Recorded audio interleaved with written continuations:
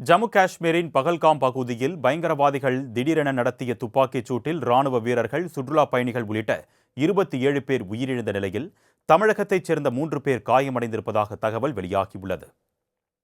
ஜம்மு காஷ்மீரின் ஸ்ரீநகரின் பகல்காம் பகுதியில் உள்ள பல்வேறு பகுதிகளை சுற்றுலா பயணிகள் சுற்றி பார்த்து ரசித்துக் கொண்டிருந்தனர்.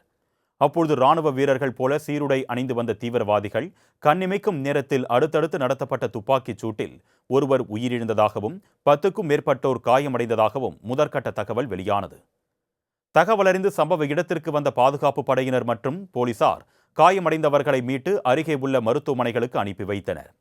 தொடர்ந்து தீவிரவாதிகளை தேடும் பணியில் ஈடுபட்டனர். இதனிடையே தீவிரவாதிகள் நடத்திய கொடூர தாக்குதலில் ராணுவ வீரர்கள், சுற்றுலா பயணிகள் உட்பட 27 பேர் கொல்லப்பட்டதாக அதிர்ச்சி தகவல் வெளியாகியுள்ளது. படுகாயமடைந்த பலர் மருத்துவமனைகளில் சிகிச்சைக்காக அனுமதிக்கப்பட்டிருப்பதால் உயிரிழப்பு மேலும் அதிகரிக்கக்கூடும் என்று அஞ்சப்படுகிறது.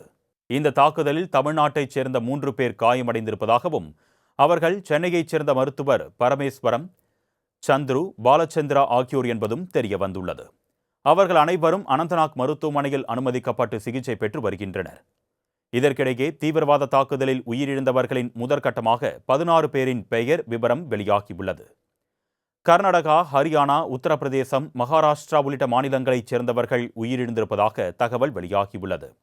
இதேபோல் இத்தாலி, இஸ்ரேல் நாட்டைச் சேர்ந்த சுற்றுலா பயணிகள் 2 பேர் உயிரிழந்ததாகவும் வெளிநாடுகளைச் சேர்ந்த 3 பேர் காயமடைந்திருப்பதாகவும் தெரியவந்துள்ளது. காஷ்மீரில் ராணுவ உடையில் வந்த 6 தீவிரவாதிகள் தாக்குதலில் ஈடுபட்டதாகவும் AK-47 ரக துப்பாக்கியால் கண்மூடித்தனமாக சுட்டதாகவும் பரபரப்பு தகவல் வெளியாகியுள்ளது. இதற்கிடையே தாக்குதல் நடத்தியது எந்த பயங்கரவாத அமைப்பு என்று புலனாய்வு பிரிவினர் விசாரணையை துவக்கியுள்ளனர். பாகிஸ்தானின் ஆதரவு பெற்ற லஷ்கர்-இ-தொய்பா பயங்கரவாத அமைப்பின் நிழல் அமைப்பான தி ரெசிடென்ஸ் பிராண்ட் ஆஃப் என்ற பயங்கரவாத அமைப்பு பொறுப்பு ஏற்றிருப்பதாக உளவுத்துறை வட்டாரங்கள் தெரிவித்துள்ளன. கடந்த ஒரு வாரத்திற்கு முன்பே தீவிரவாதிகள் ஸ்ரீநகரில் பதுங்கியிருந்து இந்த கொடூர தாக்குதலை அரங்கேற்றியுள்ளதாகவும் தகவல் வெளியாகியுள்ளது. இதனிடையே ஜம்மு காஷ்மீர் தீவிரவாத தாக்குதல் எதிரொலியாக தலைநகர் டெல்லியில் பாதுகாப்பு தீவிரப்படுத்தப்பட்டுள்ளது. மேலும் ஜம்மு காஷ்மீரில் தாக்குதல் நடத்திய தீவிரவாதிகளை தேடும் பணியில் பாதுகாப்பு படையின் வீரர்கள் மும்முரமாக ஈடுபட்டுள்ளனர். மாநில எல்லை மற்றும் வனப்பகுதிகளில் தீவிர தேடுதல் வேட்டை நடத்தி வருகின்றனர்.